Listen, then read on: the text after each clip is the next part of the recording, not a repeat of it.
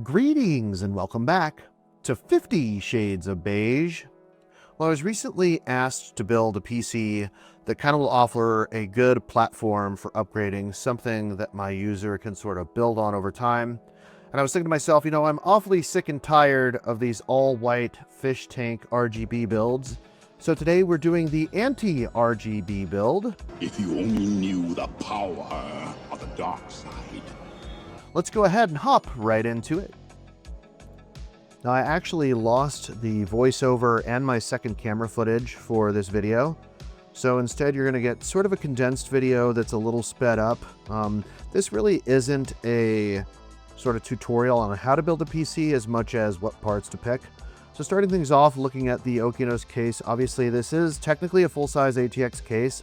It's got some great cable management, 3 120mm fans in the front, one 120mm fan in the back, all black interior, although I was kind of disappointed in the quality of the wood paneling on the front. Okinos likes to brag about how this is oak or something. It definitely doesn't look like oak to me, but so be it. And then there was also this sort of chip that was taken out of the bottom.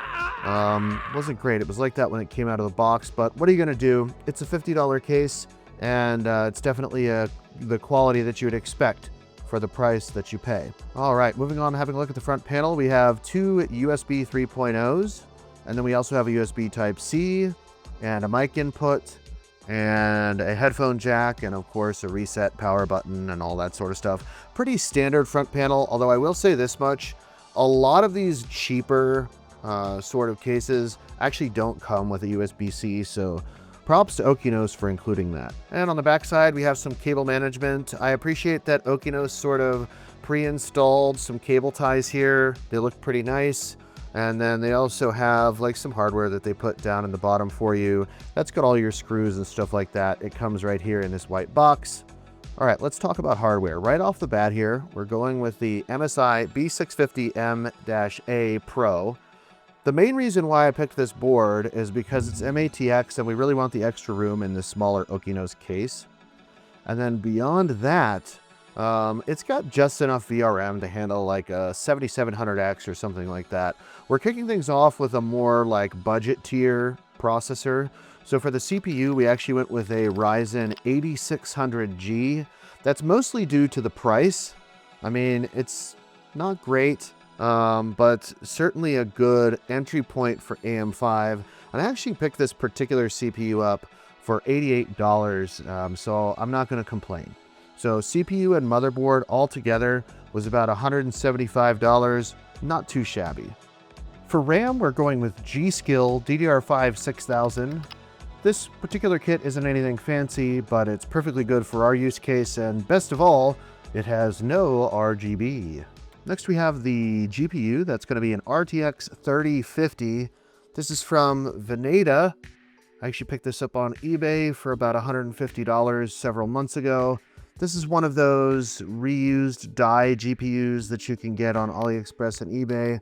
It's really nothing fancy. It's probably going to be clocked a little bit lower than the average RTX 3050, but it's a good starter GPU, and in this market, I think it'll do just fine. Next up, we have our power supply. This is just an EVGA 700 GD. Nothing fancy here, just an 80 plus gold, regular plain old power supply. It'll certainly get the job done, and more importantly, it allows for some expansion for our user down the line. And last but not least, for storage, we're going with a 2 terabyte Western Digital SN770. This was one of Western Digital's first PCIe 4.0 offerings. Certainly not the best or fastest PCIe 4.0 drive you can get on the market today. However, the price was right at just $129. For 2 terabytes, I feel like that's pretty good. And finally, we have the sort of star of the show. This is the Ocypus A40. This is a all black single tower 120 mil, I think it's 4 heat pipe CPU cooler. I love this mostly because of the design. It's got a cool glyph display that I'll show you later on in the video, and it's about $30 on Amazon. Ocypus is kind of a newer brand on the scene. A lot of ex-Deepcool employees kind of got together and started them, and I'm pretty excited with what they have to offer.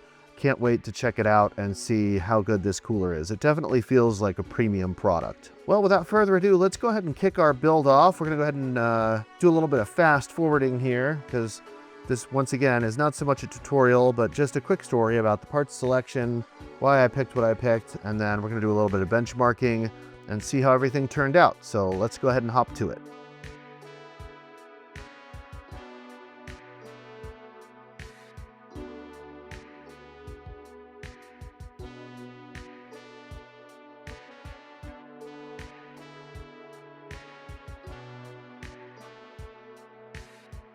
One important note here as I'm working with the cooler is that you'll want to make sure that you plug in the display so that the glyph lights up.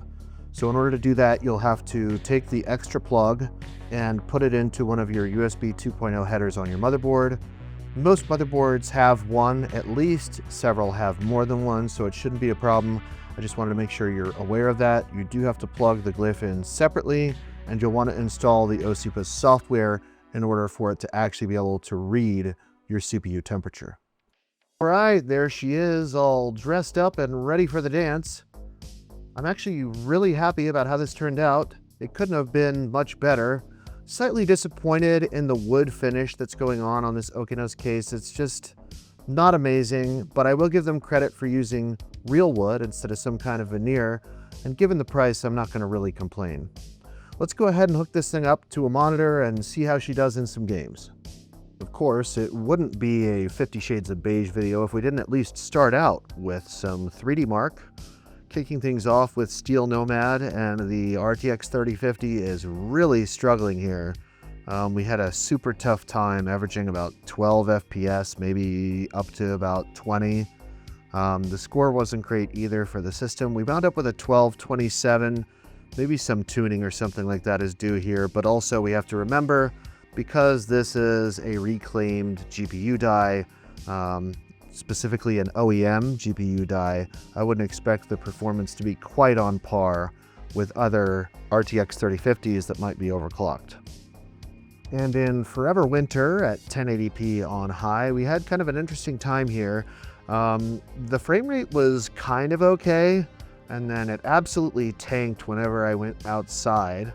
And that's kind of a normal thing for this game, if I'm being honest, but a little disappointing from the RTX 3050 here. The 8600G definitely has plenty of headroom, and I feel like the 3050 is almost like holding this whole system back. I definitely don't recommend this as a budget card unless you can find it for a really good deal. Even at 1080p on low, with DLSS turned on, I still had issues. I could not break like 45 FPS if I was outdoors, so just be mindful of that if you're a Forever Winter fan. And our results in CSGO look very good. Mind you, we're at 1080p with the very high preset, so this is not optimized for esports. We still landed between 130 and 160 FPS, depending on the situation. Now, mind you, I do have VSync turned off, so that's why you're seeing a lot of screen tearing here. That's because I wanted to see like what the actual frame limit would be. Now, I did notice the fans starting to spin up a little bit on our CPU cooler. I could hear it just a tad. That being said, the CPU temperature topped out at 66 degrees Celsius during this test, so the Ocypus cooler performed very well given the circumstances. Moving on to BeamNG Drive, this is the unmodded version at 1080p at the high preset. I was actually pretty impressed at how quickly the 8600G CPU loaded everything up here. It got us right into the game. And we had pretty good performance overall, somewhere in between 120 and 140 FPS, give or take. GPU, of course, more than capable of playing older games at 1080p. BeamNG can be a little rough, especially when there's foliage, and that's why we go tumbling down the hill as we do. You know, I have to admit that overall I'm a little disappointed in the performance of this build just in general. I really thought the RTX 3050 would do better than it did. Also, keep in mind, I got a really good price on that CPU at $88. In any other circumstance, I definitely recommend going with a Ryzen 5 7600 if you want to stay on the budget end of things. But you know, sometimes you just have to work with what you got, and we didn't really have time to spend like a week ordering stuff. I basically pulled stuff off the shelf to kind of throw this build together last minute. All right, so we'll have a quick look at the pricing here. The grand total came out to $627. That was a little bit higher than I intended on spending putting this together. Now, one thing to keep in mind too, as we're looking at the pricing, is that I've sort of accrued these parts over the course of several months, and they're not all new parts. Obviously, I would never pass on like a used SSD or something like that. Overall, I'd say the anti-RGB build was pretty successful, if not a little overpriced due to lack of competition at the bottom end of the GPU market. Now, whether you're a first-time gamer or a full-time flipper, be sure to stop into my live stream every Saturday night at 10:30 p.m. Eastern for up-to-date advice on parts selections and the tech market as a whole. And if building PCs just isn't your thing, be sure to stay tuned because we've got lots of great other tech content on the way. And in the meantime, thanks so much for watching, and we'll see you soon.